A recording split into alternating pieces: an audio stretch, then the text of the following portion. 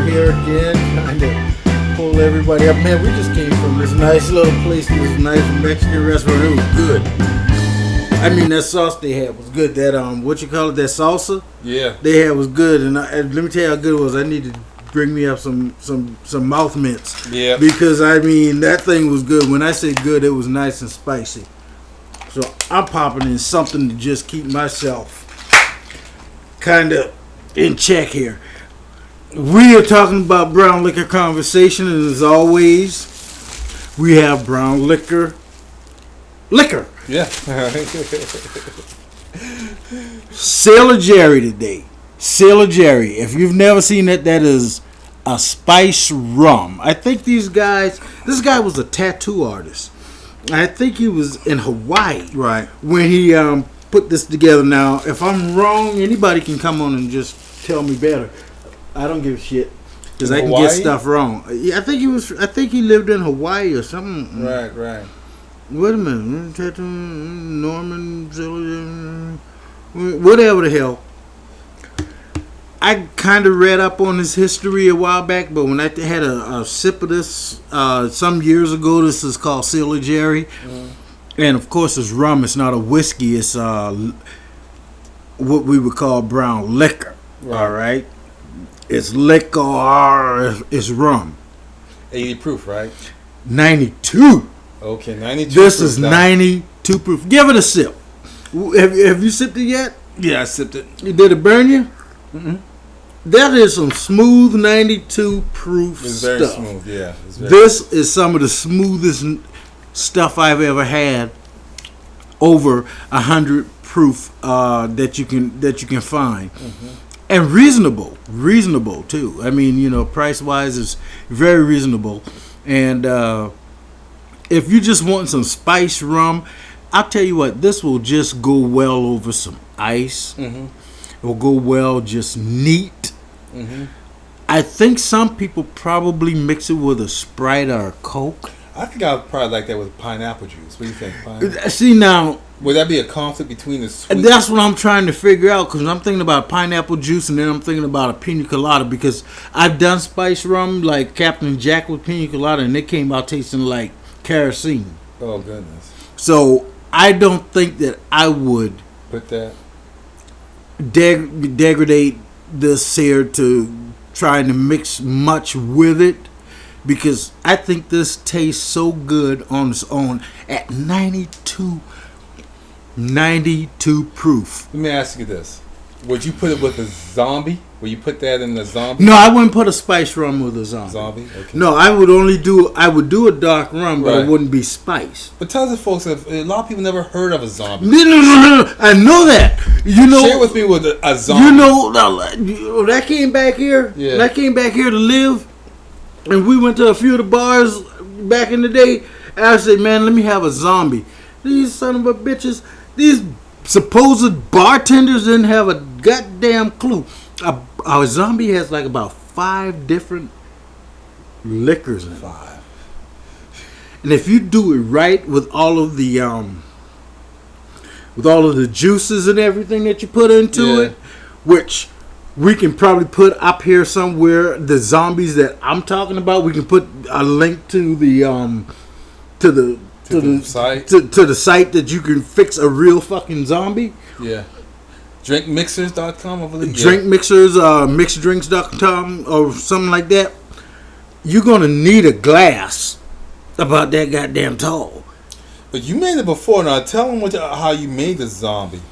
I know you took the brown sugar, you cooked the brown sugar. I tried to make everything as authentic as I could make it, because you're supposed to use like simple syrup, and then you're supposed to use grenadine, and then you're supposed to use all kinds of pineapple juice and orange juice, and then you have 5 different liquors. I'm talking 5 different liquors. Isn't like the last one is a 151. Now, if you can find that, it's 151 is hard to find. 151 proof Bacardi rum that you put on, you float on the top.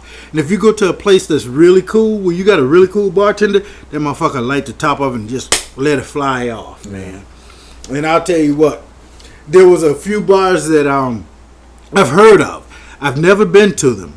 but I've heard of that these bartenders and the bar itself had a policy who made zombies. Might have been more farther southwest or something like that. Might have been some down in Miami or whatever. But the ones that I do recall hearing about from people that I've, just hung out with over the years, they said they made you this zombie in this big ass container, man. I mean, they made you this big ass zombie. Right. They say you down it in a certain amount of time. I don't remember how much. It might have been 30 minutes, might have been 45 minutes, or even an hour. That you had to down it. You had to down it. Shit. When you get done with it, they give you a few more minutes. Yeah. Then they say, make it to the front door. There's no way. If you can make it to the front door, and I don't know if they gave you a time limit to make it to the front door, or to say you won't fall down by the time you get to, or you will fall down by the time you get to the front door. Whatever it was a challenge. Yeah. It was one of those challenges, like you see that dude in that dude Adam from Man vs. Food. See, now that's a job I wouldn't mind having for booze. I'd go anywhere in this goddamn world and drink almost anything. Now you got these motherfuckers out there in the bush who spit in their fucking liquor. I ain't drinking that. They can kiss my ass and they can go sit on the tack. I ain't drinking shit that somebody gonna sit there and spit in to ferment it. I tell you this, man. I've been to Creek Grease. And the ouzo there, the homemade ouzo, has opium in it. So I don't know if you want to go there and try that. That soju that those guys make in Korea. Yeah. Oh my goodness! You know another thing that's pretty fucked up. What's that? That absinthe. That is illegal in the United States. Illegal? It's illegal. The real absinthe. What the is real it? Stuff. It's more like a narcotic. I think it's made out of like some kind of bark, some kind of like a bark. What is gin made out of? Juniper or some shit like that? Some kind of tree, some kind of tree branch. It's a tree branch. Yeah. But it's made out of some kind of a tree plant herb. Right. That is more like a narcotic considered here in the U.S. Oh.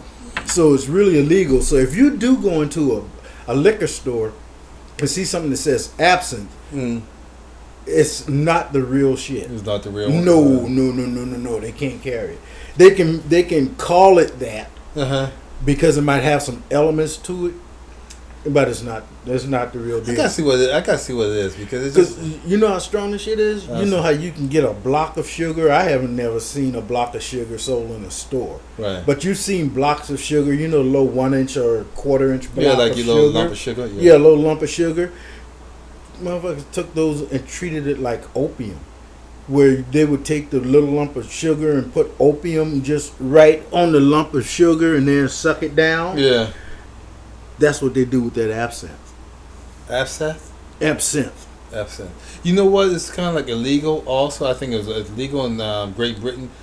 Caught. You know the little chewing the leaf, like the Somalis? The Somalians, the Africans Somalis, do. They throw that shit in there and chew like tobacco. Yeah, that's illegal. You get caught with that here, you're going to fuck up the river too.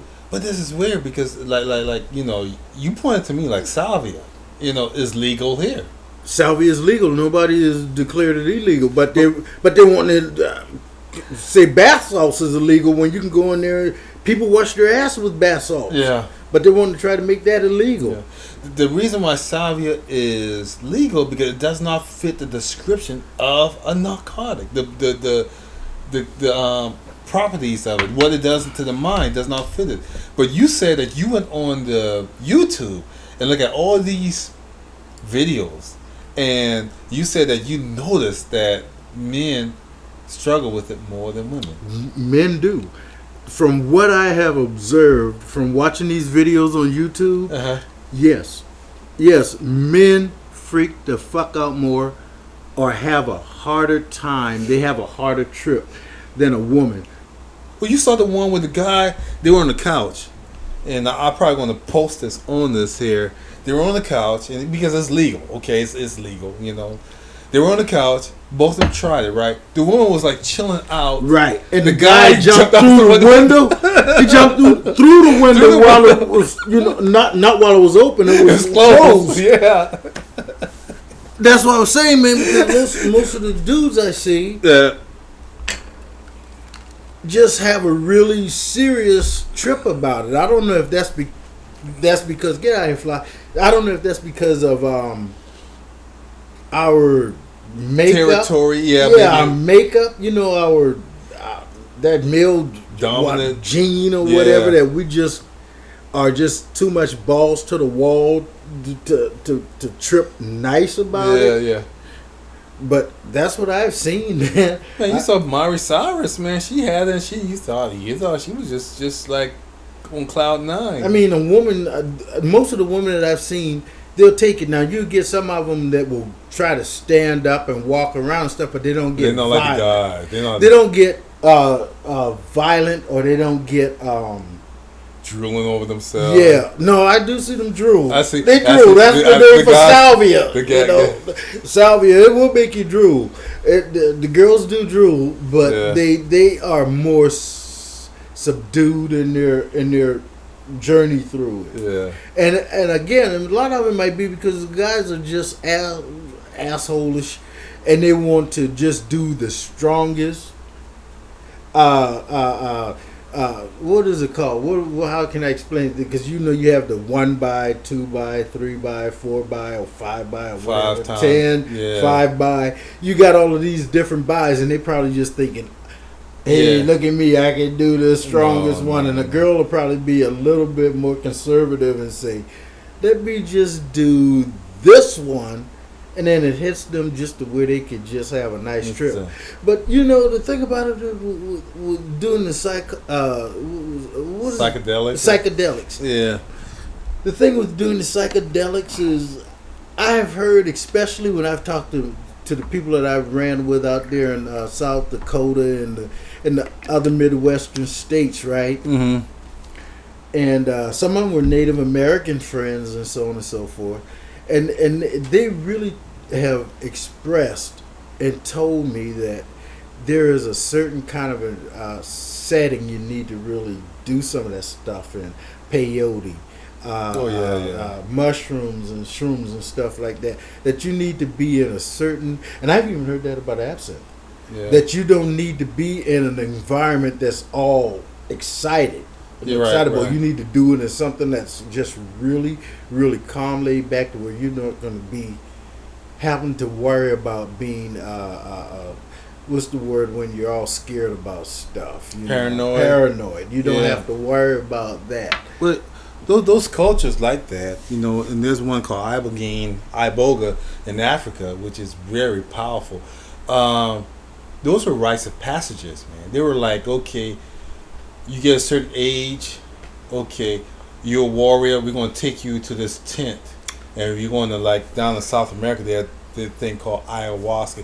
You're going to sit down, or, in, southwestern part of the United States, peyote. Yeah. And it's rites of passage. It's a visionary, it takes you on a journey. You learn about yourself, but we being who we are in America, we just okay, this is going to be a good trip. I'm going on a trip. We adulterate a sacred custom. Sacred passage, and Yeah, and if you're going to try to go down that way, for one thing, a lot of it's illegal. Salvia is legal here where we are now, so it is legal. I'm not sure. I tried it some long time ago, and I can tell you one thing, it's not it's not taking a sip of liquor. It's not taking a sip of Sailor Jerry. No, it's not that. Your mind will do things. You will experience things. You so much information flowing into you, it can overwhelm you. Tell me about your experience with that. Tell what did you actually go through when you took it? I mean, because I've seen people, of course, online do it, right? And then I'm like, what was going through their mind to actually behave the way that they did? Like the guy where his wife sat on the couch and why he jumped through a damn window. Okay. What makes that happen? What did you feel when you were in that in that mode? I think I tried maybe 4 times. First time I tried, I didn't, I guess, take it in good enough. The second time I tried, I was outside. I just remember it hit like someone just took a bat and hit me on the side of my head, because what happened, I felt my perception of my environment just got narrow. It's almost like 2 dimensions. Was it a good? Was it a good dimension? It was overwhelming, and I remember the noise of the birds, for some reason, amplified like 5 or 6 times. It was like the birds were. I have a lot of birds in my neighborhood, and it just felt like they were just like 10 feet, just doing their song. So that part of me, your sensory was really, yeah, it really magnified. Yeah, really magnified. So I went inside, and then next thing you know, I just felt this perception of like an energy wave, like a circle, and just keeps turning. And that what felt. It always felt like like an energy wave, and just the feeling. And I kept it within myself. I mean, I didn't. It didn't make you want to jump out of a window? No. The third time I did it was really probably the most trying time, because the third time what happened basically was that I had this concern that was there. Am I going to come? Am I going to return? Am I going to come back to normal? Or am I going? Or I'm going to stay in this state? I thought that. Did that frighten you? It frightened me, but I was able to keep that in check. But I could see where people lose it, because it was that concern, and it felt like, I'm not embellishing this, but it felt like I was living in the past and the present almost at the same time. That was really weird.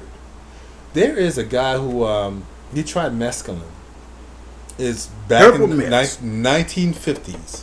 He's one of these educated guys, a British guy, because back then those guys tried psychedelics. It wasn't taboo like it is now. And he said that he talked. He talked. Right. It came with, Richard Nixon, this little bastard. He started the war on drugs, but he talked. But he said this that was really crazy. He said that as he was talking, it felt like he left for months and came back. He said it felt like he left that conversation in mid-sentence for months. Like he was gone for a while, and he returned. And then people say, "How you can't do that? I mean, you can't do that. You can't do that." But that's what kind of realm you're going to. Your mind start to, that's why they call mind expanding. You even mentioned in one of our videos that that's something that you would try on a lot of criminals and people with psychopathic problems. Yeah, there is a video of CBS did a special where they had people that had back in the 50s, psychotic problems, alcohol addiction. They tried LSD on them, and they talked to them. And this was broadcast. They actually did a broadcast on this. And this was a long series, and all those people, the 2 or 3 people, they found out things about themselves, and they were able to recover because they found out things about their personality. Mm-hmm. Yes, I would. Yeah, that would be. I mean, the thing about it is, they're still using drugs on psychotic people, on psychological drugs and stuff like that. But I don't think they're using the type of drugs like you're talking about that's deemed illegal now. I think they're trying to reproduce them that don't come to the same conclusion. Right. I think I think they're opening up trials for the mushroom, the magic mushrooms. There. Are they? Are they actually using the mushrooms that are John Hopkins. Organic? Yeah, they're using the psychedelic mushrooms. They use at John Hopkins, and what they found out, these people have, people that are terminally ill, they feel more at peace at their death. I wish my mom would have smoked some reefer in her last year or two. I really do, because she didn't have an appetite. Oh, my mom. You talk about your mom in the previous one about the cancer. My mom, same thing. The kids, and she lost her appetite. Well, with people, one thing about marijuana is it gives you an appetite. And the thing about it is, when you think about it, man, you don't have an appetite and you don't get nutrition in your system. Right. That also starts to help that downward slope. Yep. I think one of the main things that I learned, man, because I just had a flu and I think strep throat was on the top of it as well. When I was a kid living right here in this Right. house growing up, I was a youngster. I was about 8 years old or so, and I had strep throat, and I mean I nearly crashed because strep throat can kill your ass. Mhm. I know. I played baseball with two guys whose grandmother died from strep throat. Damn. Okay, and I didn't find that out until about a couple of years later that their grandmother died from it. Right. And I was on that premises. I was there, man. Yeah. I was like, and the one thing that really, really would have made a difference back then, even my pediatrician said I needed to eat. So when that got there, man, I mean, they started shooting me up with all kind of stuff and making me eat. And it was like, there was one nurse, she was sweet but stern. Right. But she was telling me, I don't care if you throw up, you need to eat this. Right. You need to eat this because even if you throw up, your body is still going to retain some of the nutrients Right. that you need to help bring you back. Mm-hmm. And that has been the way that I've lived all this time. And then when I was in the Air Force, I almost died in the goddamn in basic training in the Air Force because I had strep throat and didn't even know it. Wow. And you know what the doctor said to me when I went to the doctor, because we were out there on that pad, and this was in July. Right. This was in July. This was in the middle of the summer in San Antonio, Texas. I mean, it was 85, 90 degrees at 5 o'clock in the morning. Yeah. And we were out there running, and we were on our mile lap doing our PT. And they said, moving on your base file on the double move. And when the only move that I could make was to fall down, I knew I was in some trouble. And that was from the strip. That was I got myself. They got me up and able to get to the dispensary. Mm-hmm. You know the first thing the doctor said to me? What's that? The only reason you're probably alive is because they make y'all drink water. Yeah. Because we had to drink 2 cups of water before each meal. Yeah. And then when we went on marches, Yeah. there were different stations, and then our road guards Mm-hmm. had canteens of water. And they made us drink water. She said, that's probably the only thing that really kept you alive is that you were kept hydrated enough. But after doing that particular PT, Yeah. doing your run and all your push-ups and stuff like that, and then y'all ran in that heat, you fell out because right then that was the end of what you had left in you. Gee. And 2 people died on the same pad. Same- One guy, 2 people died that same training while I was in basic training. Wow, man. Well, I did my basic in probably about almost the same time over in El Paso, and we didn't have. I don't think we had any deaths there. Yeah, we had 2 people die. As a matter That of boy's fact, serious, man. one dude died. One dude died. Just we were filed. We were filed. Waiting to go into the mess hall, and in the chow hall. We call it chow hall in the Right. Air Force. And just the next flight over from us, just a few feet, because I was one of the shorter, people, because you had the taller people were in the front and then shorter people were in the back. So I was like about the second, third from the back of the. And this dude, man, he was just right there, man. You could tell he was gone right then because he was just on his. He was sitting down like this right here. Uh-huh. He was just sitting down like this right here, no response, but up against the legs of one of his flight mates.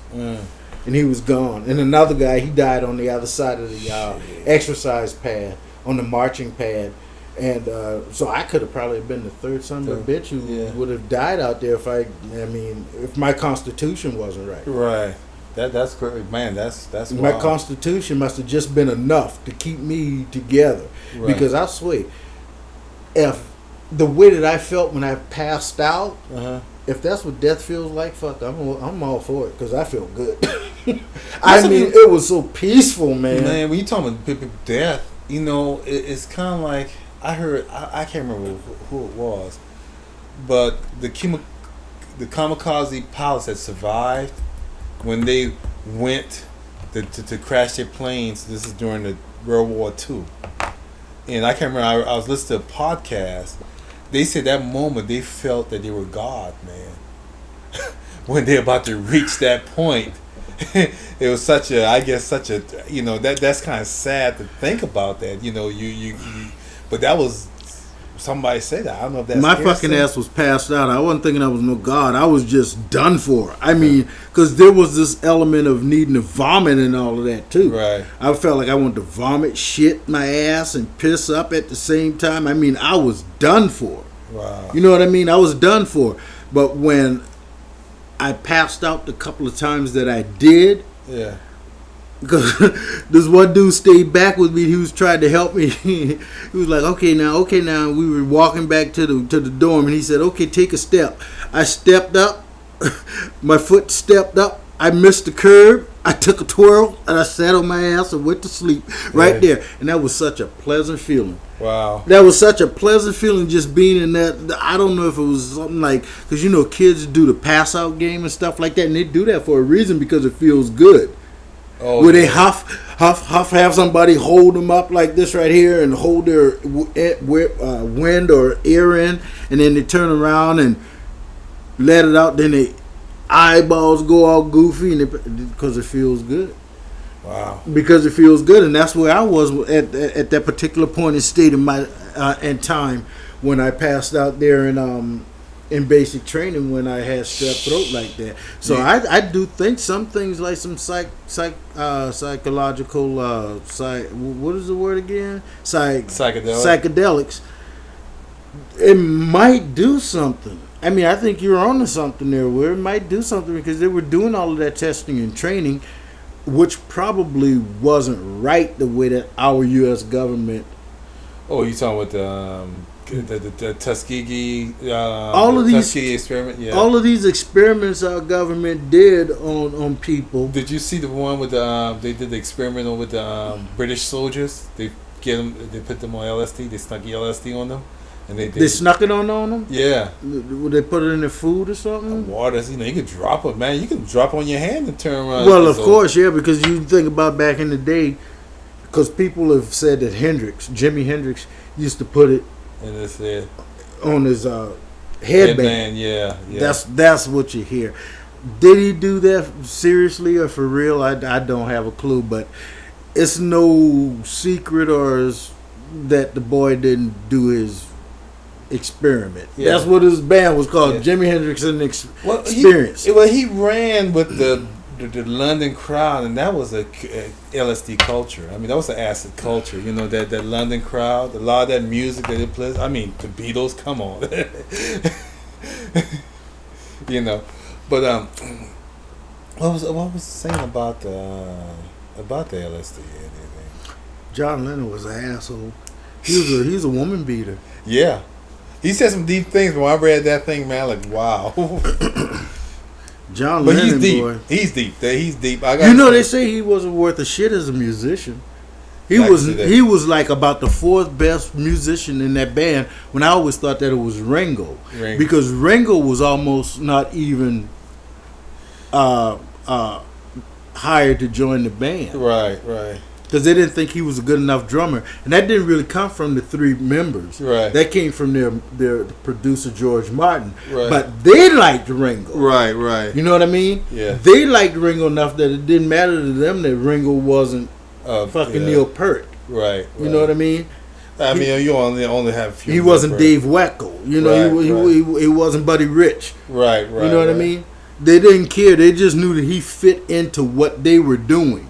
Right, yeah. For a long time, I mean, Pink Floyd with what's the guy named the drummer for Pink Floyd? They felt that he wasn't good enough to be on the band. You know, that thing was brought up many times. Man, they asked David Gilmour, the guitarist, lead singer, and David Gilmour said, yeah, he did a lot of things that really brought things out with the music and everything like that. Mm-hmm. But when they had that big split up, man. The Roger Waters, man, they were friends. Roger Waters said, basically, you can't play. You're not a good player, and It was one, they were doing an album, and they had to get a studio musician because he had problems with, I guess, some of the tracks. So, But a lot of people probably don't realize that a lot of the music that we've heard back in the day, especially Motown stuff, and a lot of music. I mean, even some of the stuff that like the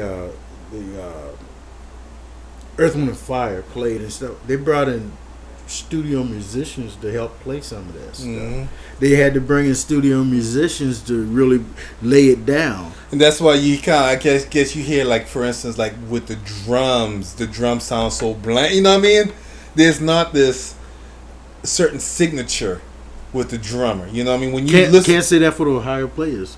No, you can't say that for the Ohio players. That boy was wicked. Like for instance, now you listen Brown to like music. Ohio players. Ohio players. I was gonna play some Al Green here. Oh my goodness, man! We just brought up the Ohio players just out of our conversation. How about let's see here. Let me pop this here. Oh, Al Green, man! Fusion of Delta blues. Love and happiness. I knew you were gonna play Love and Happiness. You know how you do that? I did know that. I knew you were gonna only play got 3 songs on there. I bet people out there that going to watch it, they say he's probably gonna play what's his famous song? Since We've Been Together. Yeah, he's got quite a few. I don't know which one would be, but to me that was the first one that came to my mind was Love and Happiness. That's Brian, yeah. With the organ coming in there.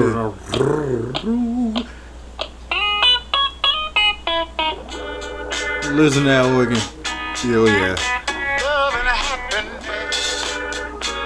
I didn't realize how important the organ was in rock and roll, man. Big time, man. Big time. And I just love that guitar, that acoustic electric guitar. Just that clean guitar sound? Yeah.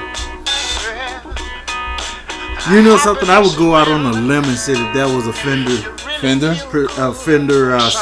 Strat. Mm-hmm. I go out on a limb and say so you want to say it's a Fender acoustic electric? No, like that's BB a Fender. No, BB plays those F-hole Gibsons. Yeah. No, I think that is a Fender Strat right there. Yeah. Not a Telecaster? No, I don't think it's a Telecaster.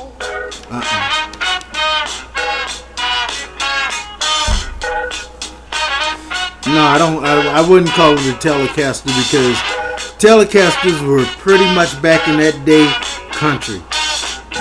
You didn't see many to much other styles of music genres and players playing a Strat outside of that music style. And that's definitely not a Les Paul, huh? No, it sounds too thin to be a Les Paul.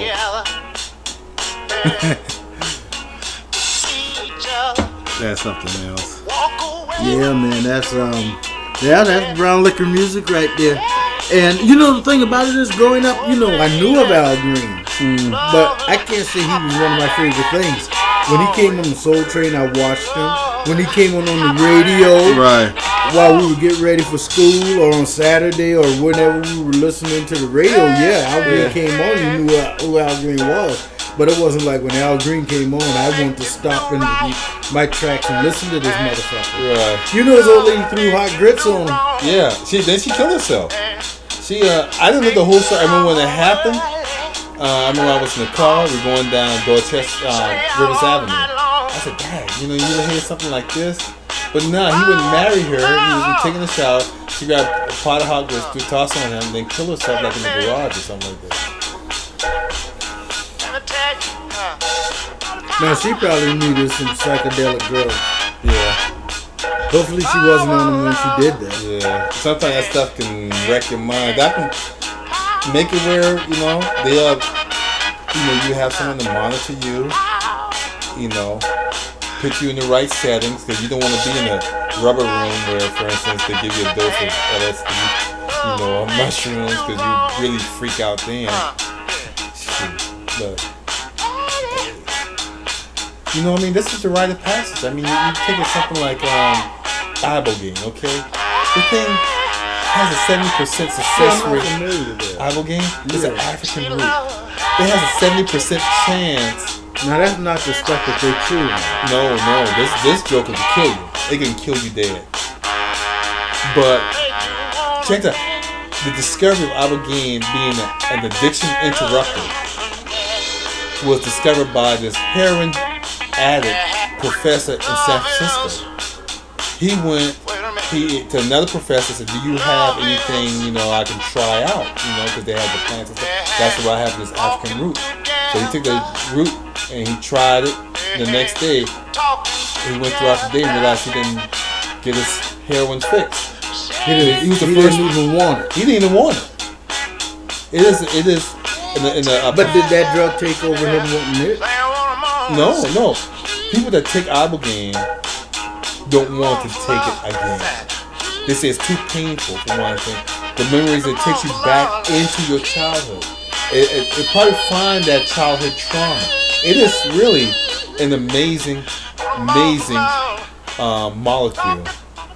It is an amazing molecule, man. I tell you what, we don't have it here, but they have treatments around the world where, for instance, you're addicted to heroin, any addiction, you go there, man, and it turn around. They'll pop you with that? Yeah, you go through your treatment. So they'll pop you with that shit, and then you cured like that? Huh? You cured like that? And you go through it. It'll probably take a week or two, whatever, like that. Of